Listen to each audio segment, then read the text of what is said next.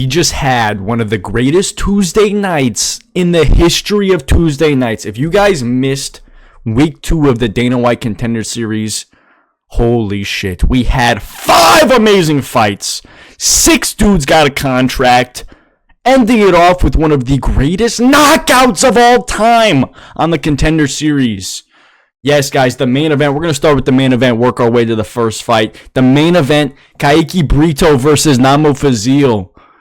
Holy shit. Kaik Brito goes out there and absolutely flatlines Namo Fazil. Now, heading into this fight, we all know Namo was talking hella shit.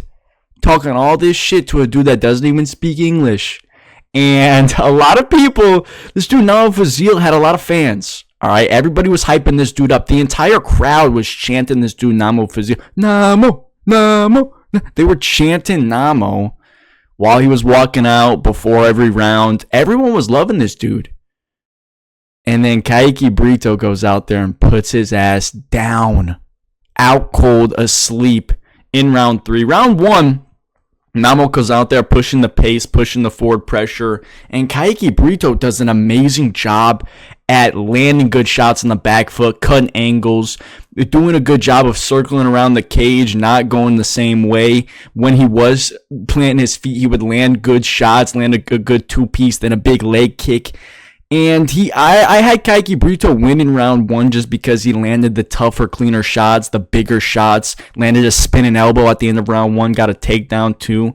But then round 2, it seemed like the tides were shifted in favor of Namo Fazil. He was the one that was pushing the pace, like I said, and Kaik Brito looked like he was getting tired.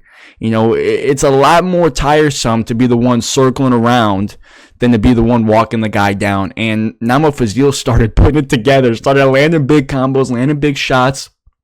Hurt Kaik Brito a couple times. The commentary was kind of, I feel like they were over-exaggerating the amount that Namo Fazil was landing, because there's a couple times Namo would land, like barely land on Kaik Brito, and they'd be like, oh, he's hurt. Oh, he's hurt. But, Kaik Brito ends up surviving to the end of the round. I had it going 1-1 into the 3rd round. And then in round 3, Kaik Brito comes out there, throws a flying knee, slips and falls, gets caught, I think, with a right hand, a counter right hand, backs his way up to the fence, and then throws a left overhand into the right overhand, sleeps Namo Fazil, puts him out cold, eyes open, asleep, looking up at the stars. This is officially now the funeral of Namo Fazil. Rest in peace. Gone too soon. Really gone too soon. We didn't even get to see him, man. We didn't even get to see this dude in the UFC. We didn't get to see him fight at all. And now he's dead. He's officially gone. When he got hit with that overhand right, every single molecule of sweat got knocked off his body. And Kaik Brito, Mr. Half Charles Oliveira over here, was just smiling. This dude is so happy. I love Kaik Brito. The entire fight week leading up, during the fight, this dude just couldn't stop smiling. He was just smiling in the face of Namo Fazil. Namo Fazil was talking all this shit, calling him a bitch, saying he was going to kill him. He's going to, I don't know, skin him butt naked. I don't even know what Namo Fazil was saying. Talking all this mad shit. And Kaik Brito was just smiling in his face. And then after he slept him with the most vicious overhand right I think I've ever seen in my entire life, he just was smiling some more. He was like, this is awesome. We love to see it. Rest in peace, Namo Fazil. We literally saw Namo Fazil's corpse floating out of the cage while Kaik Brito was celebrating. Namo Fazil is officially gone. He actually came out with a statement after the fight saying how he's just taking this one on the chin. I take this to the chin and acknowledge it 100%. Buddy, pal, don't be taking nothing on the chin for at least 6 to 12 months. All right? Your chin's going to need a little bit of recovery after that one. That was a bad one. One of the greatest knockouts we've ever seen after a pretty close back and forth war. And the rest of the card was absolutely stellar as well. Like, the main event really capped off the night, but before this co-main event, Trent Miller versus Douglas Rodrigues, now heading in there, Douglas Rodrigues was like it says minus 440 favorite. He was like a minus 470, minus 500 favorite at one point. I think he was the biggest favorite on the card. Like 96% were picking Douglas Rodrigues. But Douglas Rodrigues does go out there, looks clean on the feet. You could tell that this dude, Trent Miller, definitely was lacking the striking ability, lacking the striking defense. He was not the better athlete in there. And Douglas Rodrigues cracks him big early with a front kick to the face and then follows up with the combo with the hands and then drops him with the right hand. Trent Miller ends up recovering though, works his way to get a takedown, secures the takedown, kind of just lays in full mount to the end of round one, and just, lands some pitter-patter ground and pound shots. But that's kind of what you need to do after getting hurt and rocked. Like, that's the best case scenario for a guy like Trent Miller after getting dropped in the first 30 seconds of the fight. I think it was the first 20 seconds he got caught with that front kick. But then round two comes out there, gets the takedown again. Douglas Rodrigues looks for, it was like a guillotine, and then Trent Miller ends up sweeping him, taking him to the ground, and putting him to sleep with the Von Flute choke. The commentators were talking about, hey, he could get the Von Flute choke here. As they're talking about it, he puts Douglas Rodrigues to sleep, out cold. Shout out Trent Miller. We love to see an underdog get a win, man.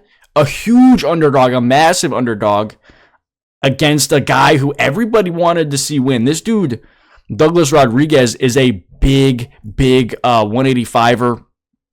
Has a lot of power in his hands, has good striking.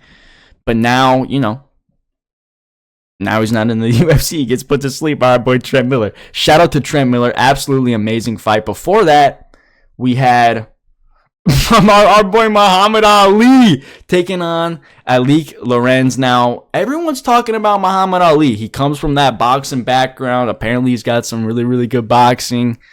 But Alik Lorenz goes out there and pieces him up, puts him away, puts him to sleep bad, tags him up big with the right hand, kept catching him with the overhand right, kept catching him with the left hook, tagging him with the uppercut a couple times, and then catches him with the big uppercut, puts him down, puts him away. Everyone's talking about this dude, Muhammad Ali, how he's some good boxer, but you get absolutely slimed out by Alik Lorenz. All jokes aside, this isn't actually Muhammad Ali, guys. I mean, his name is Muhammad Ali, but Muhammad Ali the grappler, not Muhammad Ali the boxer. Just jokes. But shout out Alik Lorenz. Does what a Dana White Contender Series performance should do. Goes out there and just puts it on him. Tags him viciously over and over. Puts him on the back foot. Hurts him multiple times and eventually puts him away with that uppercut. Sleeps him with the ground and pound. Dana White was like, you know what? It was a quick stoppage. But, dude, that was not... I don't think Dana White missed the Namo Fazil knockout. I think he missed probably most of these knockouts. Probably just playing on his phone. Probably playing Candy Crush or something. But, dude, Alik Lorenz was tagging him up, puts him down bad, and then sleeps him with the ground and pound. I think he went out cold. And I know that Muhammad Ali was arguing with the ref. He was all like, ref, I was good. But nah, he went out cold. We don't know what Dana White was watching. But before that fight, we had the absolute banger. We opened this card off with one of the greatest fights in Dana White Contender Series history, probably in history. These two dudes went to war. Roman Puga went out there and started tagging up Tanner Trembley. Tanner Trembley was looking like he was going to get put away early in round one. Every time he would come in and shoot for a takedown out of desperation after getting tagged up with the big boxing combos of Puga, he would get stuffed on the takedowns. This dude, Roman Puga, looked like an absolute marauder in round one. Even in round two, was keeping up the same pace and pressure, just hitting him with nasty boxing combos, keeping him right in his face the entire time. And Tanner Trembley had no answer until the end of round two. He tagged him with a big counter, hurts Roman Puga bad at the end of round two, almost puts him away, rocks him big. Round three does the same thing, rocks him again. Just an absolute fun fight, scrap back and forth. Shout out to Tanner Trembley for staying in there and just taking so much damage and coming back, having your moments later on in the end of the fight, man. This was an absolute scrap. These two dudes Both got a contract. We love to see it. Forrest Griffin, Stephen Bonner style. Go to war. Get a contract. We love to see it. But yeah, guys, this week of the Dana White Contender Series was one of the best weeks I've ever seen. One of the best weeks of all time. The Namo Fazil versus Kaik Brito main event was absolutely generational.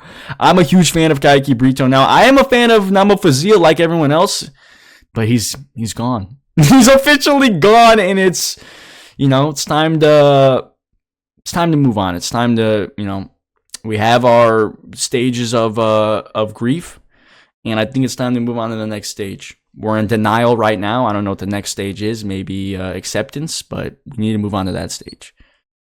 But yeah, I love the Dana White Contender Series. If you guys aren't watching on Tuesday nights, you're really missing out.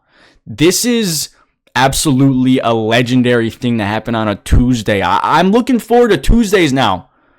Like, I only have